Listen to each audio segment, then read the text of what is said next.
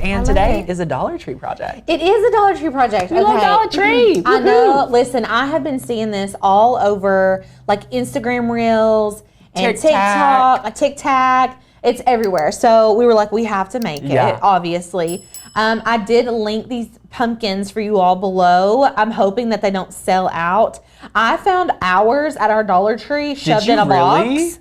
Yes, they were like shoved in a box, and I was like, give me all the pumpkins. Like, I need to have these because I've been looking for them. So hopefully you all are able to get your hands on them. But you can do this project. I'm really teaching them a paint technique. So you all are going to be learning like how to use a paint technique on whatever pumpkins you can get your hands on. So if it's not these Dollar Tree topiary pumpkins, you can use this technique anywhere. Anywhere. I mean, you could literally, I've seen this technique on the dollar like little baskets you do at like Walmart. You can do it on fabric. Yeah. I mean, there's just so many options. So, and a lot of you all request faux painting techniques, which we don't do a lot because we're Cricut crafters. Right. But for me personally, like I'm a painter by heart. Yeah. And I'm like, this is right up my alley. We are going to have a Cricut element because we have a bow. But other than that, I mean, this is just a good old school, like fall craft. Fall is like craft season in my brain. Yes, mine too. Right before Christmas. Yes. So, but y'all, let's just take a moment. Look at this. Look at this thing. I mean, this is from the Dollar Tree, okay? I just want y'all to take a moment and really take it in, okay? This is $5. This was $5. It's amazing. $5. Okay, this looks like I bought it at the Pottery Barn. This is my Dollar Tree Pottery Barn dupe. I love it because we've taken something, and even Sadie said this when I finished it. She was like, that looks really heavy. Yeah. Which in my brain means high quality. Yes. You know, like when people talk about pens and stuff and they're like, the heavier the pen, the better quality pen it is. 1000%. That's the same for me with these little pumpkins because they look like terracotta pumpkins. They're so beautiful. And y'all, these like plastic. Yeah. They're plastic. And this technique would work on plastic flower pots too, yeah? Absolutely. Yes. That's what I'm saying. Like, y'all could even get those little velvet fabric pumpkins from the Dollar Tree and do this. And actually, Sadie, could you grab that little miniature one that I made over here? So we started small because I could not find these. And I was like, I'm going to make just a little baby one. So I just grabbed 3 random pumpkins. Actually, Sadie found them for me. Thank you. Look at this guy. He's little. He's little. This was the first one I made. This was going to be This was going to be our project. And I was like, man. I love that green. I know. The green is beautiful. So not only are you guys going to be able to create this with this orange, but you can use whatever colors you want. So if you want it to give more of that just like aged, almost like a cement look, you can do whatever colors you like. So we did do the green on this one. This is a styrofoam pumpkin. This one's plastic. This one's plastic. So like you can carry this technique over to different materials, which is really what I love about this whole project. So I have already painted 2 of them. It is a little bit of like, it's like not a project you're just gonna whip up in an hour. It's more so something that you're like, let's have a craft morning with me and my gal pals, and we can all like sit around and have our coffee and like paint pumpkins. And so I painted 2, but I'm going to show you how to paint the top one using the exact technique. Now, if you've wanted to make these before, you've probably seen a couple other techniques. I've seen people do these a few different ways. This way looks and works best for me. This is like the exact look that I want. So I'm just going to show you all what I did. You're only going to need a few supplies, and you probably have these laying around at your house somewhere. Yeah, you do. Because like you can see right here, we've just got these basic supplies. So you are going to need paint color of your choice. Now, for me, I'm using this basic folk art terracotta. I did use almost a full bottle of this per pumpkin. Like, I would say you need 3 bottles of this for the 3 stacked pumpkin. And this one is probably 24 inches tall all the way, or maybe closer to 30. But you need a bottle per pumpkin, I would say. Yes. If they're any bigger than this, you're going to use almost a whole bottle. And it's mainly because you're going to be mixing it with baking soda. Now, a lot of you all have probably seen this, but what people do is they mix this baking soda in with their paint, and it creates this really beautiful, almost chalk paint. I mean, you could technically just call it chalk paint. So we're mixing this and this. So you're going to need baking soda, your paint color of choice. Like I said before, I did green. This would be beautiful in white, but you're not going to pick up that like aged effect. I would recommend more of like an ivory so you can get the white highlights that we add in. And we're going to be adding those highlights in with flour, y'all. This is just flour out of our kitchen. Love it. Baking soda, flour, paint. You're going to need like, I would get 2 or 3 paint brushes. These are my favorite. I'll link these for you all, like these specific brushes. I feel like you can get these at the Dollar Tree. Yeah. But I'll link the Amazon ones just because they come in like a pack. But these are just my favorite. They're very, like, I can dust with them, which we're going to kind of be dusting to add that faux finish. So I've got those. And then you're going to need this workable fixative. Now, I already know I'm going to get this question. Can these go outside? Because you can scratch these really quick, like easily, right? Are they easily scratchable? Easily scratchable. Listen, I tried like 3 or 4 different sealants, and let me just see if I can show you all on the back side. This workable fixative, what this is for is, like it has it right here. It protects pencil, pastel, and chalk drawings, prevents smudging and wrinkling, allows easy rework. So like if we wanted to go in and add some more of our flour, we could. So that's what this is really good for. I tried to like add Flex Seal to this. That was a hard no. I tried to add the Krylon Crystal Clear Matte that you all hear me talk about a lot. That was also a no for me. And the reason is because, let me see. I don't know if you all can tell. I tested a lot of stuff on the back side of this. But I just want to show you, like, can they see that, Sadie? Okay. Wow. This is where I sprayed Flex Seal. This is where I sprayed the Krylon Crystal Clear Matte. And like, I didn't spray a lot of it because it was starting to cover up my flour. So it was starting to cover up like my distressing. And I did not like that. So I'm just going to say for you all that this is an inside decoration. Okay. Or if you want to put it outside, just know that it may not last for the full season. Right. And that you're going to want to have it under a covered porch. I hate that because it's so pretty. So really, this would be beautiful by a fireplace or just like at the entrance of your house inside. Something like that is going to be a little bit more, that's what you want to do with this. So anyways, that's kind of my spiel on that. But let's go ahead and start with our painting. So we're going to need whatever color that you want to use. We're going to be using the terracotta color. And they have a burnt terracotta that's also really beautiful. You'll see, let me show you all the difference here. So this is one that I painted using just straight up terracotta paint. Yeah. You can tell that this one's a little bit lighter. I added some white to the original one, but I wanted to see what this terracotta would look like. And I really like this. This is giving me like more of a true terracotta pot. So if you like this one, add a little bit of white, even some yellow, like a touch of like a golden yellow can give you more of that vibe. But this is what we're doing today. So I'm just going to take this terracotta paint and I'm taking the whole lid off because we use a lot of paint for this. Okay. Don't be scared to use the paint. I'm just going to go ahead and dump it out. And then what we're going to do is add our baking soda in. So okay, if I've never did a paint technique, like what would you say for someone that's like watching this and is like, okay, that's really cute, you're doing it, but like, can I do it too? Okay, yes, you can. And this is sometimes hard for me to teach people because I taught painting for years. Like before I was here, I taught painting, and sometimes it's hard for people to like break down this barrier in their brain. They're like, but how much? Right. How fast do I mix it? So with painting, the beauty in it is that there's flexibility. And there's your painting texture, your painting color is never going to look the same as your neighbor's. It's not even going to look the same if you try to replicate the same mixture of or combination of things. So sometimes my finishes are going to be a little bit more chalky because I added a little bit more baking soda, or sometimes it's going to look a little bit more light orange because I added more white than I did on the other one. And that's just the nature of it. And I feel like this can be a good lesson in letting go. Yeah. So what my recommendation is for you all is to not stress yourself out over this. I promise it's going to work out. I'm going to be giving you all some loose measurements. And I know everyone loves that.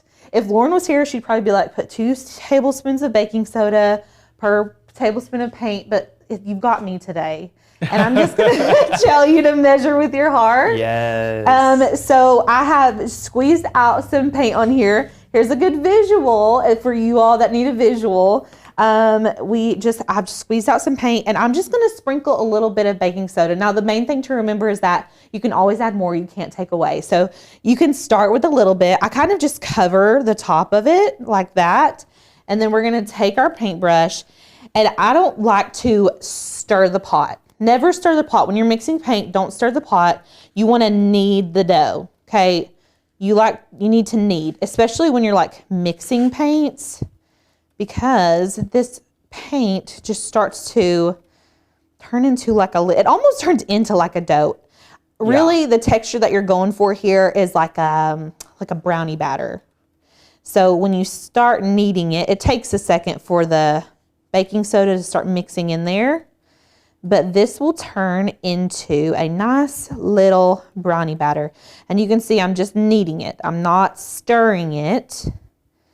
That's not going to do much. Really, all that's going to do is the paint's going to soak up into your brush, and you're just going to lose a lot of paint, especially with these big brushes.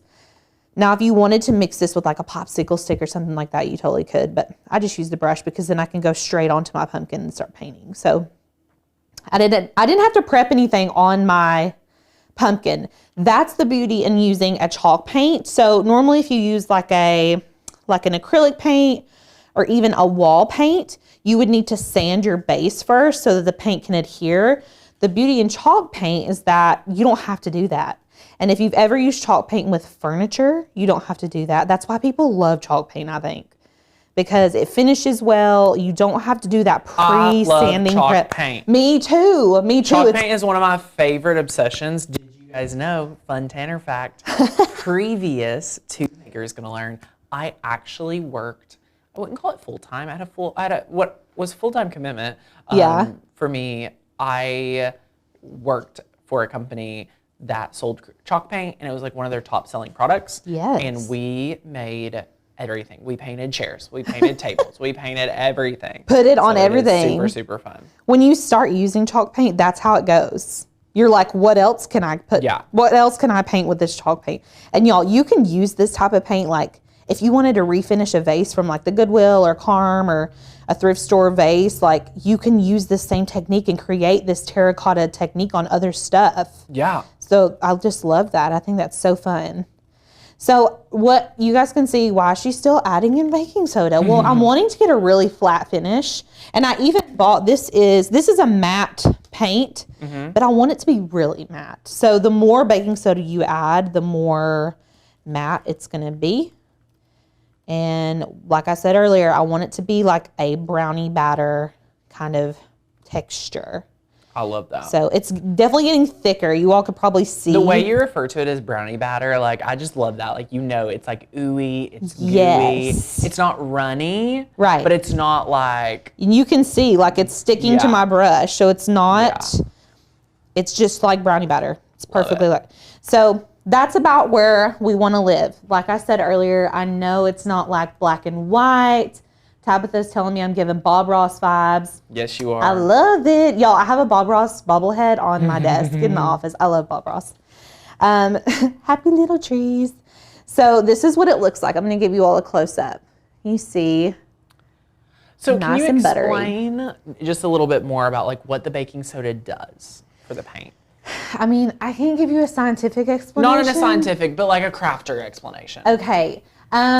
Can we just mix chalk paint with regular paint? Kathy's asking. You can just literally use chalk paint. Yeah. Yeah, you don't need to. Oh, you're just asking if you want to change colors. Yes, you can mix the two together. But the baking soda is basically, in my brain, it's absorbing some of that glossiness of the paint and kind of making it into more, it's giving it a new texture. So it's giving us that really, really flat terracotta pot finish, or just like a ceramic pot, or if you could imagine a ceramic pot in any color, the baking soda will turn any color into that, just like really flat, almost like concrete, like it gives it that concrete look. So that's kind of what it's doing, I guess, if that's what you're asking, hopefully. Yeah. So you can see, like, it's definitely not as shiny as it was. I don't know if you all can really tell. I'll put some out, just like a little bit out here. So you can see what it looked like before.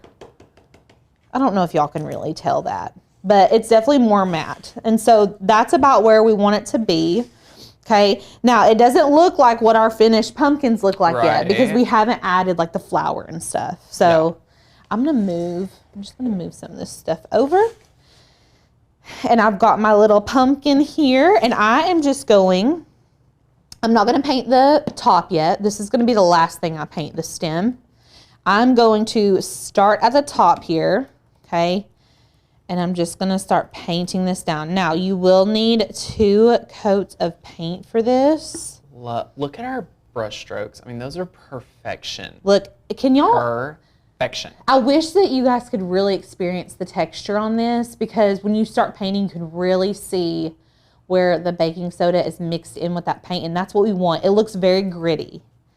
And so that's what's giving us the terracotta vibe.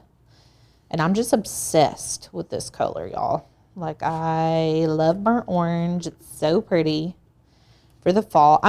For my fall decor this year, I'm doing black and copper. Ooh. That's like my vibe. So I got a bunch of these like black tin pumpkins from Kirkland's, and they're copper on the inside, and you put candles in them. And I'm going to do orange mums, like the dark orange mums. Yeah. And I'm really excited. I think it's going to be very cute. I'm going to be home for like Halloween and stuff with the babe. So I thought I should make it nice and Halloweeny and like cozy. Oh my gosh. I have a friend. Well, I used to be the house that hosted Halloween for like all my friends' kids. Yeah. And it's been so fun, but we live literally in the middle of nowhere now. Like 5 minutes down the road from me. 5 minutes from Alicia, but like there's no other house around. So anyway, not really a Halloween house. So now we host it. I say we. My friend hosts it, and I just get to go, Sarah Ray, and it's so much fun. And she decorates so cute. And she decorates so good. Yeah, I just bring the Chick-fil-A tray and say, thanks for having us. We've done Halloween at our house a little bit too, but I keep having kids, and like I'm always having a baby at Halloween. So as soon as I'm not, like next year, we're back to it. We're back to it because I love Halloween and fall and all that. So I'm going to let that dry. I'm not going to paint the stem yet. The other ones don't have stems. Like the other ones are just the top and the bottom. So really when you paint these, you can just put your hand inside of here and kind of like rotate it around. If your hand's small enough, you can put it in the top there and just kind of paint it like that, which is really nice.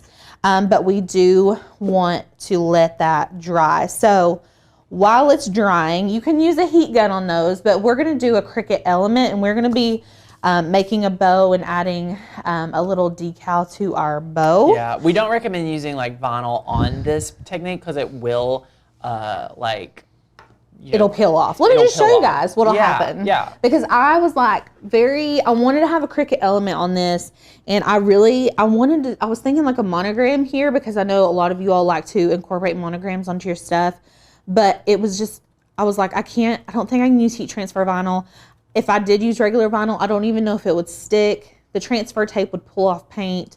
So I tested it. We can go overhead. I tested like a corner of some vinyl and barely stuck it on, y'all, and it just peeled right off. So not gonna be your best bet there, but I did add a bow and a Cricut element on there. And y'all know we love our bows around here. So we are gonna be creating a bow and adding some vinyl to that. So I'm gonna scooch this stuff up, and then we're gonna make a quick little bow. I love having Alicia to teach me how to make bows. It's one of the things like I struggle with personally. Let me know in the comments, like, do you struggle with making bows? I think it's a hard thing for people sometimes, and I get it. They're not that easy. Not all of them. Right. There's like simpler versions of bows. Also, my equilibrium's off, so if you guys see me like, I've lost my balance. When you're due, have you shared? October 12th is when I'm due, but we're not making it that long. We're not making it. No, it's not going to happen, guys. It's not going to happen. I just know it's not going to happen, but we might make it into October. Yeah. We'll see. I'm 36 weeks today, so We are fitting to find out. So I've got mainly Dollar Tree ribbon here. I pulled some Hobby Lobby. This is like Christmas ribbon, but I thought it was cute and fallish.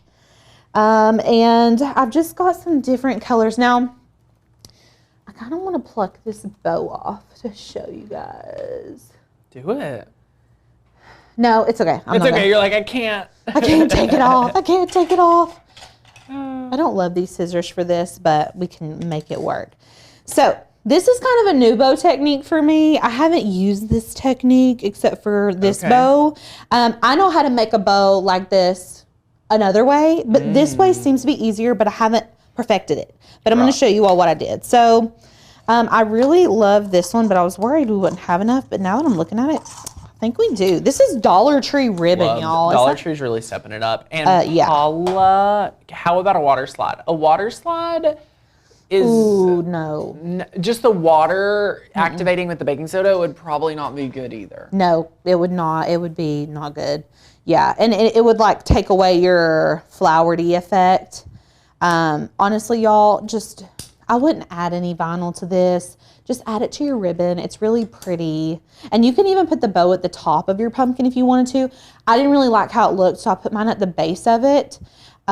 So yeah, I just wouldn't put any on the actual pumpkin. Okay.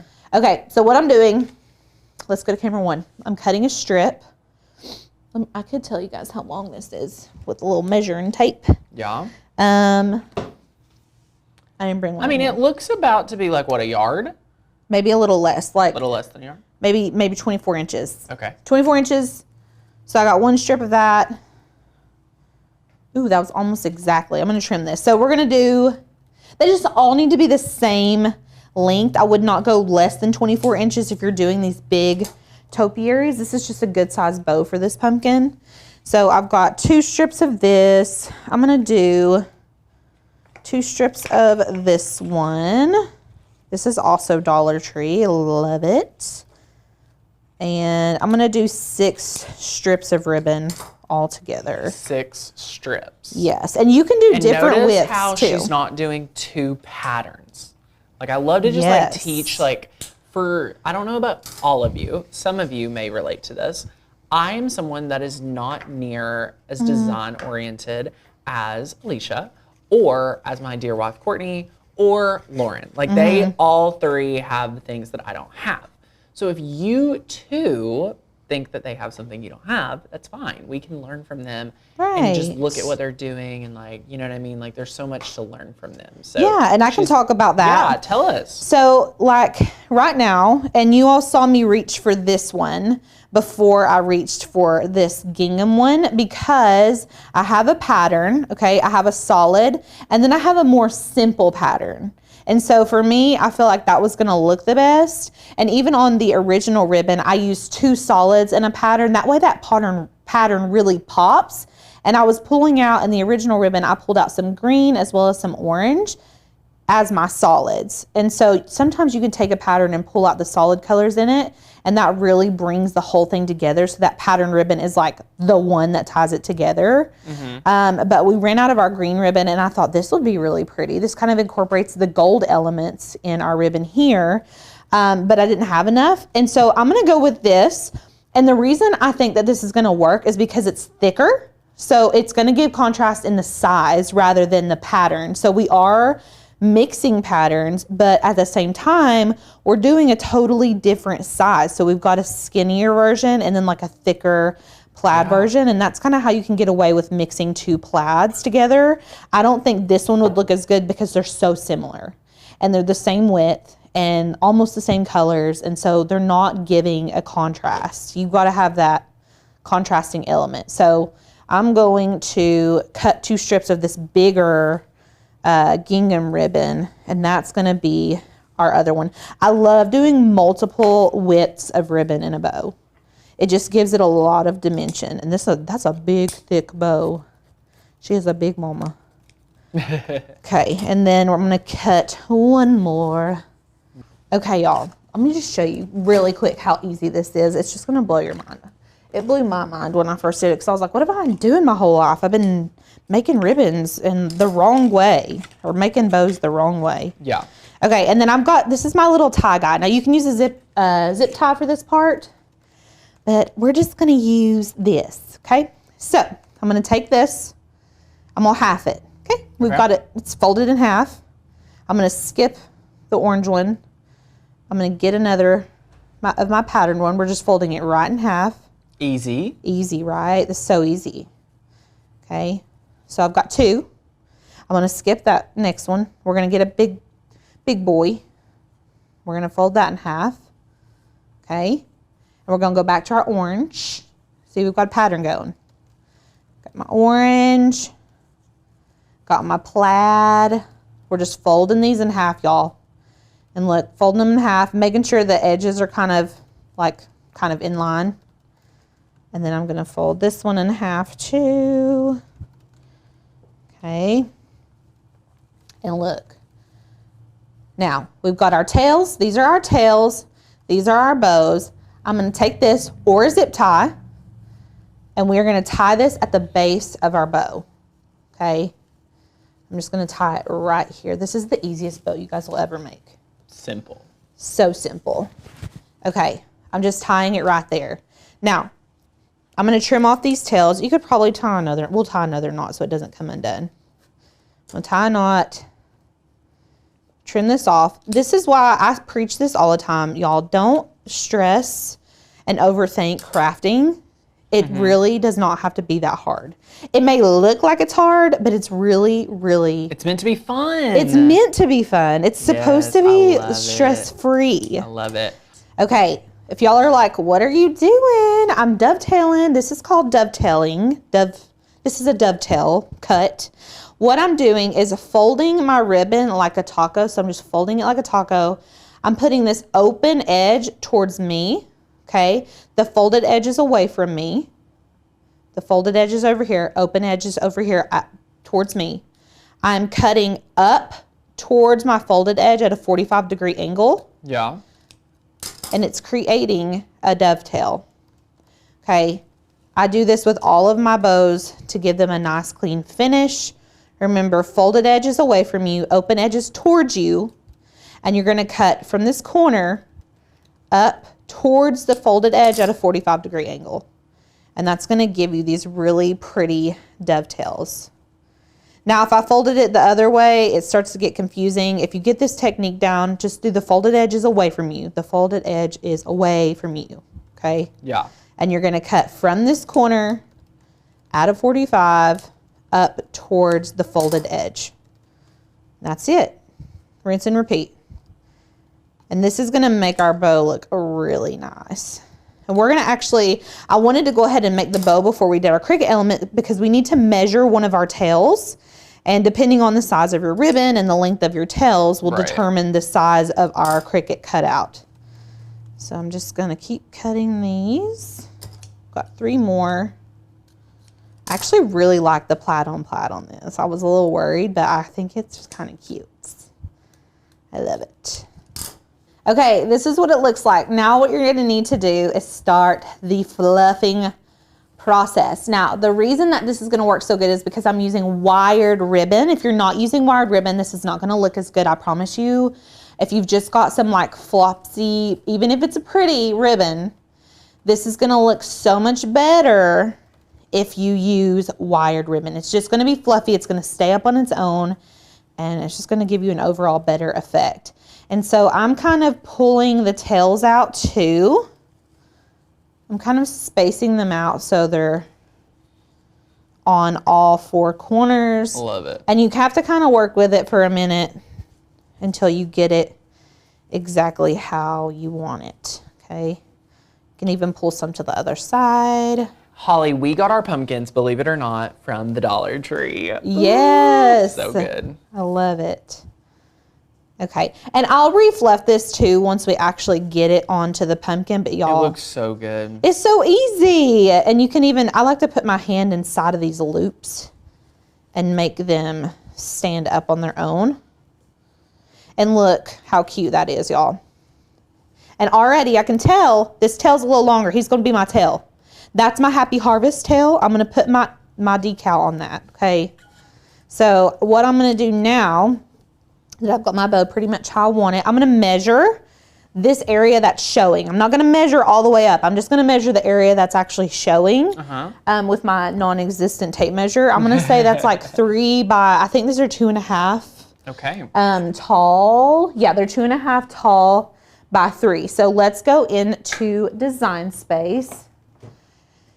And what I'm going to do, is create, I'm going to pull in a basic shape. Now you could just use a rectangle for this, or you could even go down here and use this dovetail ribbon part if you wanted to. But you can see we have this like other edge, so it messes with our measurements. So I just like to use a square. Okay, I'm just going to unlock it. My width is going to be 3 and my height is going to be 2.5. Okay, we can delete that. I feel like it needs to be a little bit longer. Let's do 3.5. Okay. And we can change it to orange. I'm going to be using this beautiful bronze foiled HTV today. Y'all, I got this off Amazon and I linked it for you all. If you're about to get into some fall and Christmas crafts, get this vinyl. It weeds like butter. The brand is so random. We literally don't use anything else from them. But this foiled vinyl is chef's kiss. Yeah. It is awesome. so good. And I have used it. I used it last year on the Santa's Magic Key. I don't know if you guys saw that project, but oh, if you didn't, we make so many projects. Like you just need. There's so many that there you can really is. take advantage of. Okay. Oops. So I'm in my system fonts. I'm using the font Mystical. Now, if you're like, where did you get that font? That's a Maker's Gonna Learn font. So if you're a member, you have access to this font. If you're not a member, you can become a member and you will get access to use these fonts to make your own crafts. So this is one that we really love. I'm just gonna kind of resize it. You can make this say whatever you want. I'm just gonna put Happy Harvest. I feel like that's very fitting. And since I don't know the size, sometimes I do this if I'm guessing the size, but you shouldn't guess the size. You should always measure. Yeah. I'm just going to make one a little bit smaller just to be safe. And then we can hide our square. So that was like super easy, right? Woo-hoo. Now we just need to go to make it. So we've designed it, we've resized everything, and we're going to go to make it. Now, if you have not seen us upload a font and you just became a member, make sure you all are taking that 30 Days to Master Your Cricut course. And there's a training. Will you go over to the Maker's Gonna Learn site for them and show them maybe the dashboard and the font area for sure? Yes, I can totally do that. So this is the main dashboard. Well, let me go to the home page first, because if you just go to the link, like the Maker's Gonna Learn website, you're gonna come to this, okay? Now, when you are a member, obviously you're gonna get a login and you're gonna have access to this dashboard. So whenever I go here, I can look at my fonts right here, but I'm gonna show you all how to get there through the dashboard that we keep talking about. You can see here, we've got fonts, cut files, courses, we have resources. Sometimes we just randomly add free resources like puff vinyl heat settings and card making measurements and things like that. You can favorite stuff and it'll pop in here. All of this stuff is super helpful. Even our calendar, look, you can see our topiaries are right here, ready to go. So I'm gonna select fonts, and then you can browse using just our different categories. I love our simple categories. Like there's just a few, and they really help us. It is, and it like if you just wanted, you knew you wanted a script for this project, because I feel like a script would fit perfectly, you can go in here and see. We have our sample text. This is the name of the font and the sample text. And I could type in Happy Harvest. Then I can preview it. This is the feature that I was saying that I love so much. You can preview it and then you can say, oh, I really love that xylophone font. I'm gonna download that. And so you just click the little download button. It goes into a zip folder. You can unzip it. And then we're gonna double click it here. Install your font, and then you would just have to go back into Design Space, and I'll show you all. I'll just show you all fully how to do this. Go back into Design Space. Make sure to save your project before you do anything else. Okay, save it. And then we're just gonna reload Design Space, and that font is gonna magically appear in Cricut Design Space for us. Love that. And then you have it forever, ready to go with your computer. And y'all, when you become a member, it's different when you're a member with us versus like a Cricut Access member, which is like the pro version of Design Space. You don't lose the fonts you download from us. So if you downloaded this xylophone font, and we'll go to our systems and system font and type it in. If you download this font, like, it's yours. You own it forever. Yes. I mean, you can't use it for commercial license if you decide to not be a member anymore, but you can use it for your projects. We love that. So that's that font. And again, you can join for $1.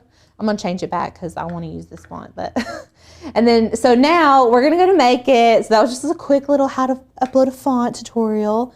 I'm gonna pull this down. Now we are using heat transfer vinyl, which means we need to mirror our image. So right now it's reading left to right. We need to mirror it because we're gonna be cutting from the back side of the heat transfer vinyl. So I've got my 2 copies there. I'm gonna select continue. Let me turn my, she's not even plugged in. Uh-oh. Hold on. Please hold. We've been using lots of different We Cricuts. have been using all sorts of stuff. Okay, let's retry that. Let me turn her on. We're using the Explore 3 today. But you can use your maker. You can cut this with your Joy, whatever you've got. Annette, you said when will we have 3D images? We have 3D images, and we have a whole category of 3D cut files, and most of our 3D cut files have a supporting video. So feel free to go over there, browse on the website. What's cool about Maker's Gonna Learn, if you're not a member, you can browse all of our files before you even join. But be sure to click the link that we have here so you can get in on the $1 trial. So just click that and join in. Okay, so I've got my, this is that foiled, look how beautiful this color is. It's like a bronze. So I love it. It looks dirty, but it's got like a carrier sheet, so it's fine. What I'm gonna do is just attach it up here, okay? It does not like to stick. Like, I know I'm using a light grip mat, but this is a sticky light grip mat. It doesn't even like to stick to my other mats, so I'm just going to tape this down. A little Cricut hack for you. Y'all will see us do this a lot. If your HTV's not sticking or something, you can totally tape it down so it doesn't move. And we use our mats like crazy around here. Like, we have so many mats. I feel like people are like, just get me mats. I'm like, we do. We do all the time. We need to probably just clean our mats, realistically. Get our baby wipes, just clean them. I know. It's just, you know, it's a process. So fun. I'm just going to tape it down for now, and it should be all good to go. Love it. Okay. So there we go. Now, back in Design Space where I tape this down, I want to show you all, if you do tape something down and it's a little close to the edge, you can hit cancel, and you can just kind of scooch these in a little bit. Yes. Just scooch them right on in, and then hit continue. Like I said, we're using an Explore 3, and we're going to be cutting this on everyday iron-on cut setting, normal pressure, and then we can go ahead and send this through our Cricut. So let me move my pumpkin so y'all can see. So we're just loading it in. Okay. I'm going to load. Got my fine point blade in, and then when this starts flashing, we'll hit go. Love it. And then I'm gonna go ahead and paint my second coat on our pumpkin. So fun. It's already almost dry. The good thing about using those flat paints is that they dry very quickly. Love that. Okay, please cut correctly, that'd be great. Okay, so second coat. You wanna make sure it's very dry before you go in and do a second coat. Otherwise, every time you brush stroke over it, it's just gonna keep picking up paint.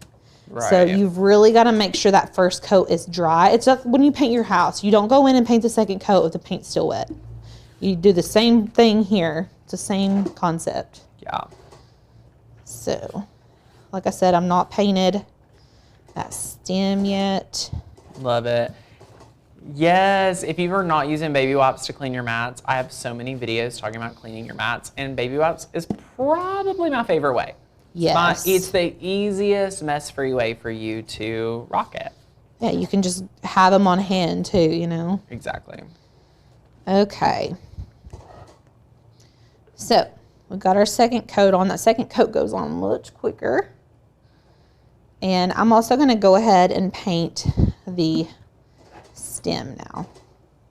Now, the next thing we need to do is add our flower. Now for this step, we do not want it to be completely dry, but we do not want it to be soaking wet either. Yeah. So we're gonna kind of let this sit for a minute while we weed.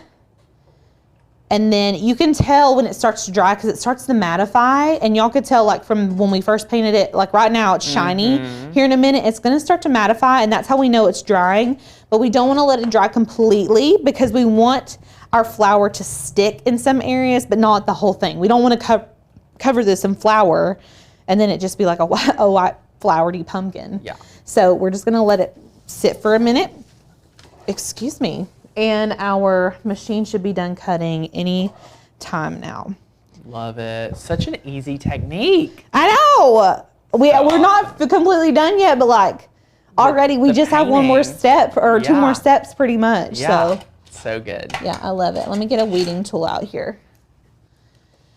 Let us know if you guys have any questions about today's project or Maker University, our dollar trial, any questions like that, just let us know. We'd love to help answer those.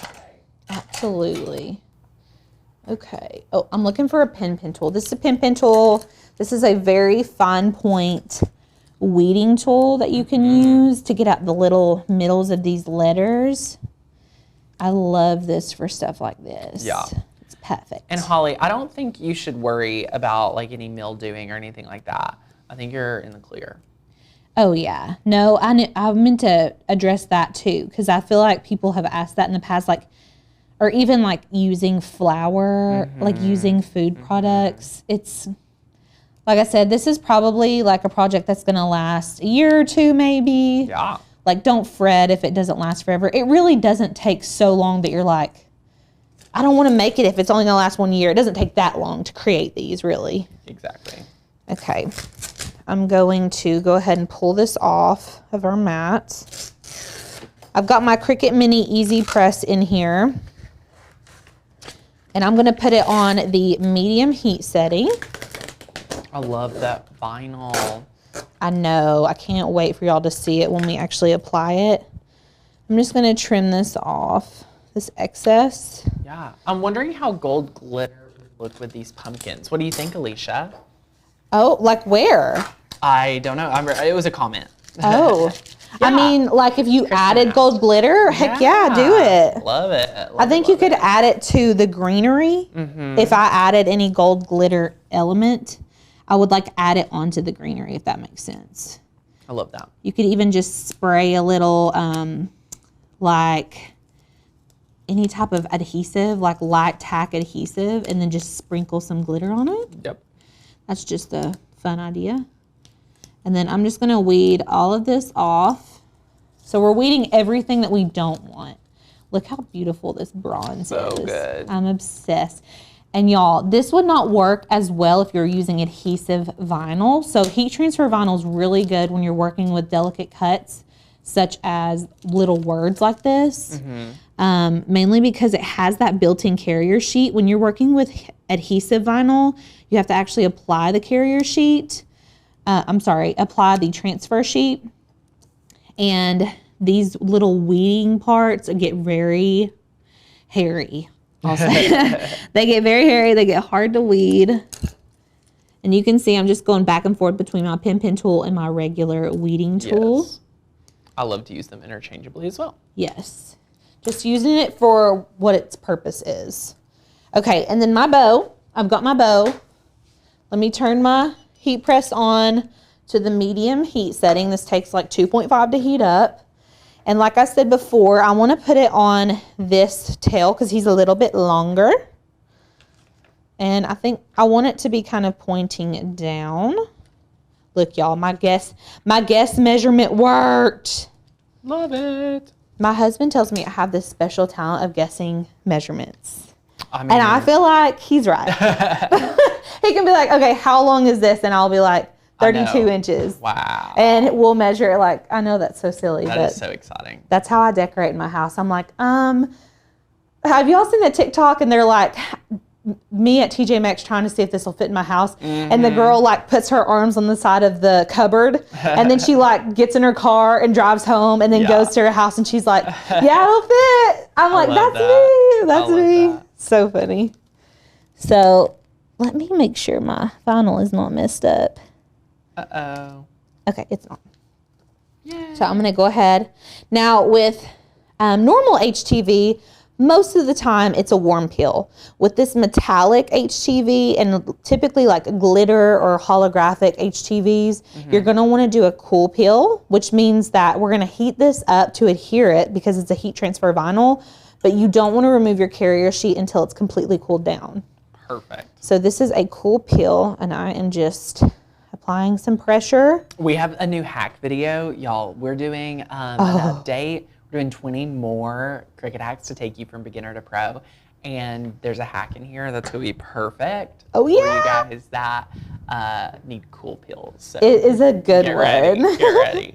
So I'm gonna leave that on there for a second, let it cool down. And our pumpkin, he is starting to dry. He needs to be a little bit more dry, but Well, we normally just put the bow on, add the greenery, right? yeah, you'll just put the bow Yeah. on, add the greenery. Super easy. So what you're gonna do, and I'm gonna just let him dry for another second. Let me move that there. So I've got my one pumpkin. Okay, I'm just gonna go ahead and have these. Actually, no, we're gonna let that dry. Add in our moss, add in our florals Love while it. it's drying. Okay, Right. so I've got lots of little greeneries here. Oh, I thought these were my nippers, but they're not my Oh, they are here. I was like, I thought I got them. Yay. Okay, so I've got my hot glue gun on. What I'm gonna do is start applying some greenery, and this is all Dollar Tree greenery. I just got some like boxwood leaves. I got some of these maple leaves, and I'm just gonna cut off some stems and start adding these in. The moss is a very messy, y'all. Very messy. Very messy. It just is what it is, but it looks so good. Yeah. So I'm gonna add in some of that. I've got my moss here. I'm gonna actually start with my moss and then we'll add in our greenery. Okay, so I've got it right here. What I'm gonna do is, has that not been heating up this whole time? I had it on, but it wasn't like plugged in, I don't think. Yeah. Let me see. No, it's not. Okay. All of our hot glue guns. Maybe we're due. weird. We're due for a new one. Yep. Okay. I'm gonna let my hot glue gun keep heating up. So what you're gonna do is just take some of this moss, and y'all, this is like the messiest moss ever. I like to kind of form it, and also you're gonna see this dusty, smoky stuff. Me and Sadie were like freaking out the other day because it was like, it doesn't look like dust, it's like smoke. Yeah. It's not though, I don't think. Anyways, you're gonna have to kind of put it on here and then like lift it up and add glue as you go. Mm-hmm. And it's gonna make a mess. So like have your stuff down. So we're gonna add that in. You can kind of place it and then we'll go in and like add some more in. I'm just gonna add some on this left side and that's it. Okay, my hot glue gun's gonna take a minute, so Yeah. I'm sorry. I thought he was heating it this whole time. Right. I turned him on before we even started. So we're gonna let that, I'm just gonna keep nipping my little leaves so they're ready to go. So you can just nip all these. Can y'all see me over here? Oh, yeah. Okay. And I didn't use a ton, I have a bunch here, but you really don't need a ton. Honestly, just with the moss, I really loved it.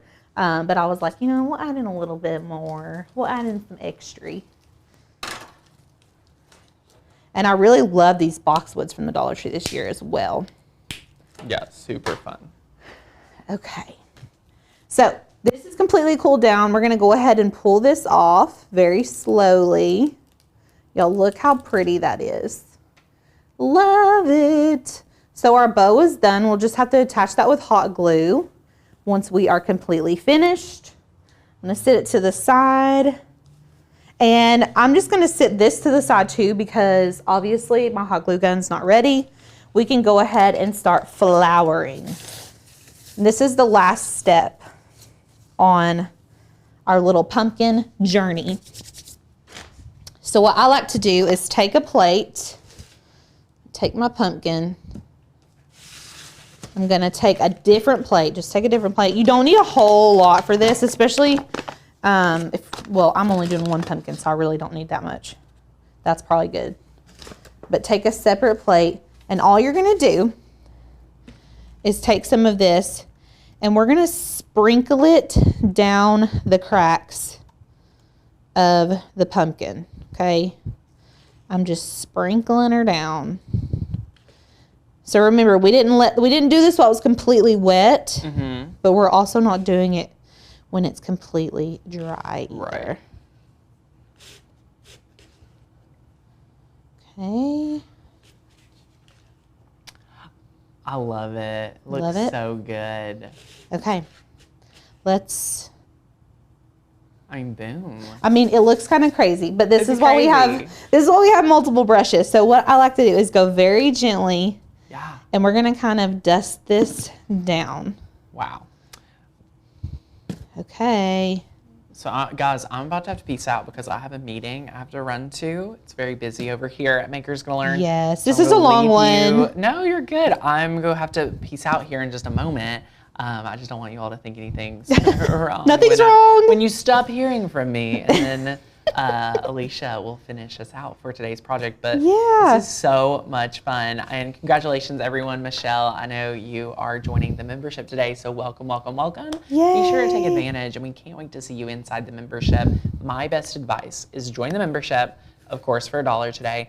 Get plugged into the Facebook group. Start browsing around the files, take the 30-day challenge, and it's going to be so fun. So welcome, everyone. It. Can you use baking soda for that part too?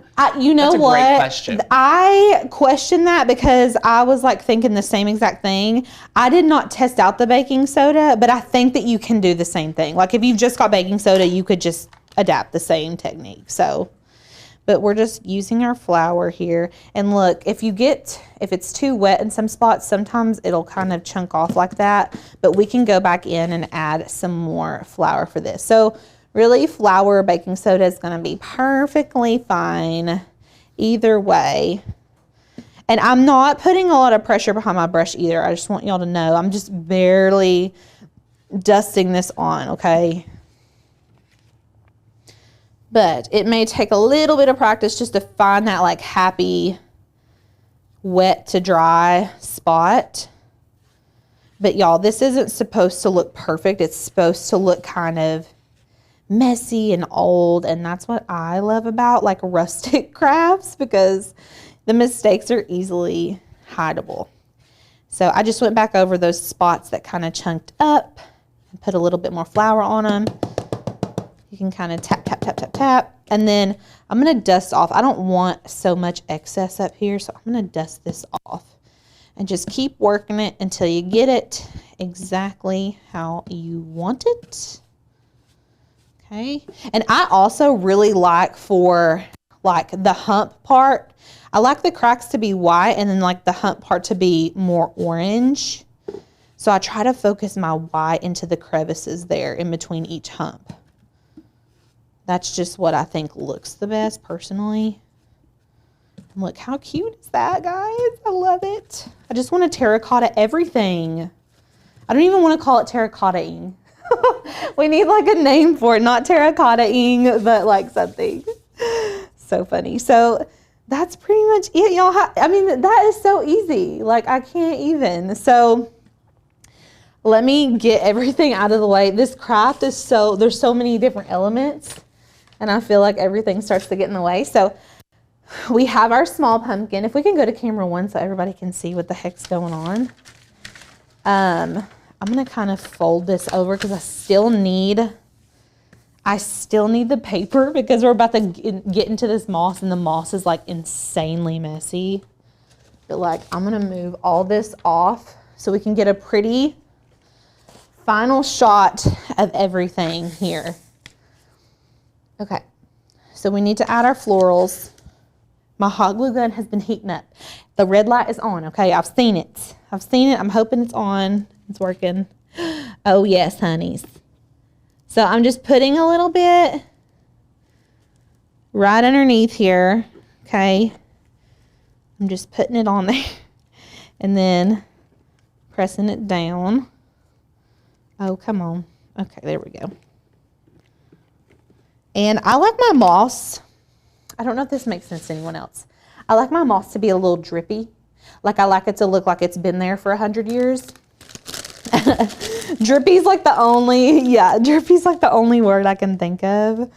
So I'm going to add in some of this. Y'all, add it where you feel like you need it. And you can even like lift up little pieces of this moss and stick it back on. Be careful not to burn your fingers. I'm adding some like inside of the moss so it kind of sticks. I'm really curious if you all can actually see like this smoke that I'm talking about. Can you see it, Sadie? I saw it earlier. Did you? It's smoky. I can't even say it's dusty. It's literally smoky. Who knows? It's from the dollar store, y'all. So like, just proceed with caution. And then I'm just gonna kind of get rid of anything that's covering that lip of that pumpkin. Because we need it to tuck. We need like this one to sit on top of here really nicely. And then what I like to do is take this. So my next piece, I'm gonna kind of pop it on. I wish that you all could see this better. Like, I don't know how well that you all can see this, Sadie. Can you see me like adding things in? Okay, so what I like to do is take some hot glue on the stem and just kind of add it like that. And then I'm going to just stick this in my moss and kind of hold it there, okay? And you can kind of eyeball them first before you commit.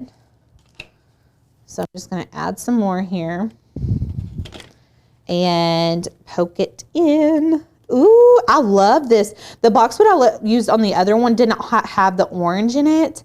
And I love the orange in this boxwood. It's very pretty. Lots of people are saying I see the smoke. I know, it's kind of creeping me out, but whatever. Okay, now I'm gonna do some over here. So I'm kind of like stacking this moss up. It's gonna give it a some really good dimension. Look. Yeah, I don't know what that is. But you can kind of form it with your hands. I'm just gonna sit it up here. Okay, and then, listen, have a bunch of glue sticks on hand. You're gonna need a lot of glue. We're just gonna add this in all the way around.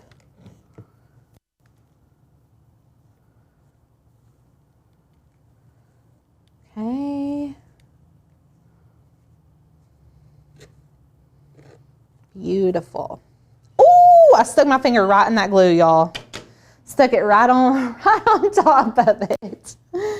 Okay, I want this little guy to stay here. I'm gonna glue that down. Beautiful, and I'm trying to remove my spider webs, like my hot glue webs as I go. I'm gonna actually do some leaves on this one. I'm gonna go ahead and add that on. So you can add your glue here. You can kind of tuck it just like that. Sometimes it's easier to add these stems in after the pumpkin's on. Sometimes it's easier to add them first. So if you find that it's not sticking, go ahead and put like the next layer on and then try to add your stem in. But then you can see I can pop that on there. I'm gonna put another piece of this boxwood on here though. Not that piece. Let's see here. You gotta find the right piece, you know what I'm saying? All right, I'm gonna add in another hot glue gun, or another hot glue stick. I've got moss stuck to my glue gun. I'm telling y'all, this is like kind of old-fashioned crafting. I love it. Some basic glue guns and paint, some florals. Okay, and then pick your favorite side of your pumpkin. This is my favorite part, like picking my favorite edge of my pumpkin. And then we're just gonna pop that on. Now you can glue these if you want to, like add a little bit of glue around that bottom edge. And then you're just gonna pop that on. And then the last thing that you need to do is add your bow. I'm gonna add the bow and then give you guys a big reveal. Let me like throw this away so it's out of the way, because we are done. And that was so, I mean, I feel like that was pretty easy. Did you guys love it? Are you gonna create these? Do you have these pumpkins at your Dollar Tree? Because I know that they're not easy to find. And we try not to do stuff like that, but that's what I was talking about at the beginning of the show. This technique is so good because you can use it on so many different things, not necessarily just these pumpkins from the Dollar Tree. So don't be scared to try this on other stuff. I would love to see pictures. If you are a member, you can add them in our Facebook group. I would love to see them. And we're going to add our little bow. I'm gonna add this one onto the base just like we did the last one. Just gonna add some hot glue onto the back here. Okay. And then I'm going to pop this on to the base of my pumpkin. And I'm gonna turn it around and give you guys the final reveal so you can see what we've created here. I love it. This bow turned out really good. I'm actually surprised because I was worried that the two plaids were gonna clash, but it looks very cute. Okay, here we go. I'm gonna take this one off and then show you all on our little pedestal what we've came up with here. Cute. So pretty, right? It turned out good. Does it look good for you guys? Is it straight, Sadie? Okay, love it. What do you all think? Make sure to leave a comment if you are going to recreate this or if you love it. If you have any questions, we would love to answer them. I know there was like a lot of different elements here, but it's so fun. Don't forget that you can change the colors out. You can change the bows out to match whatever theme. I honestly think these would be really cute in all black. I like an all black Halloween vibe. So you could totally take this more Halloween and less fall if you wanted to. But y'all, these turned out so cute. I can't wait to see what you guys come up with.